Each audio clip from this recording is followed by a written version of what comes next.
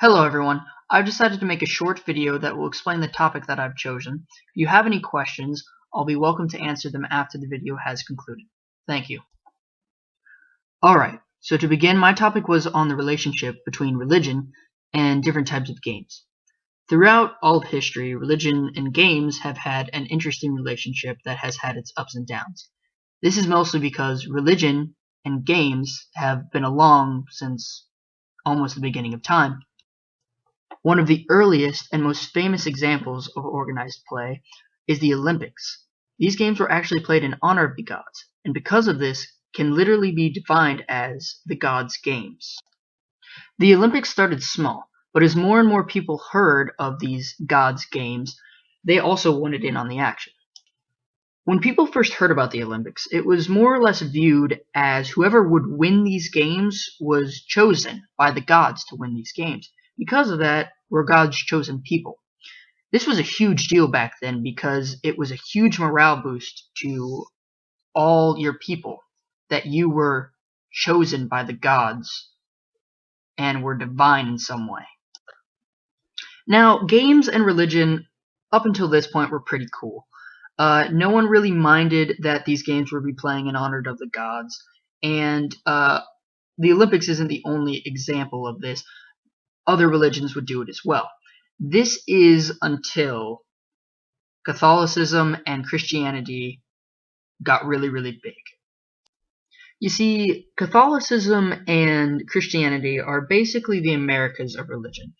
They will come into a new area, and if they don't like what's going on, they will make it known, and then they will make you stop doing it, and then they will make you change and do what their God says to do. Pretty much, if they don't like it, it's out. And they don't like a lot of things. I mean, they banned the Olympics because it wasn't about their gods, nixed chess because of the false idol rule, and even banned playing cards and gambling for a while just 'cause. Not to mention all the other non-gaming stuff they banned. They pretty much want you to just stare at their god all day and think about what a cool dude he was. Luckily, for anyone who likes fun, religion today, their control on people has weakened to some extent.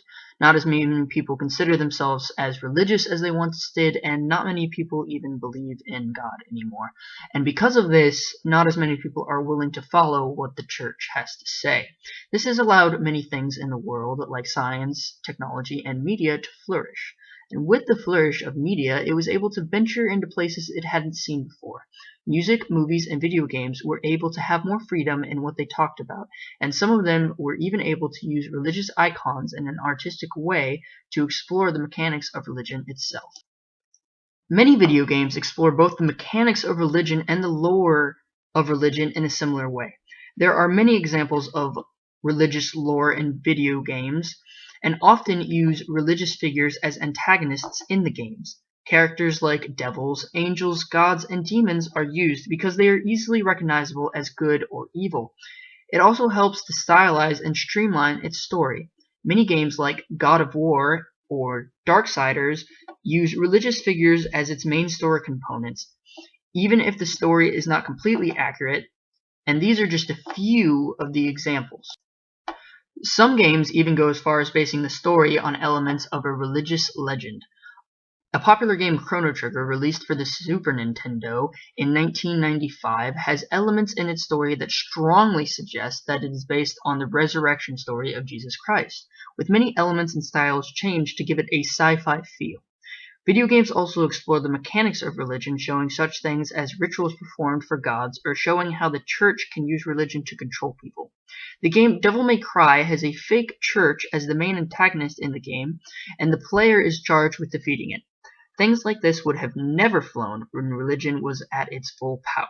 People would not have felt comfortable with exploring such ideas, and any church that felt offense for it would have banned such things for fear of losing power over the people that would feel drawn to exploring such ideas that are considered hieratic in nature, and these games had them as their center point.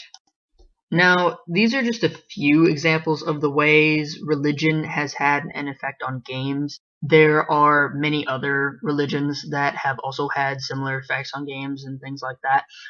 I don't want to make this video 2 hours long, so I won't bore you with them. And this isn't to be unexpected, because religion has had an effect on almost everything that we do in life. We needed it as a young species to survive, and without it we wouldn't be where we are today. It's a part of us, and it always will be. There's no denying that. What we need to do today, however, is remember that we are a different species than we were all those thousands of years ago, and that we need to think more logically than we once did, whether that be doing a job, or doing a homework assignment, or even playing something as simple as a game.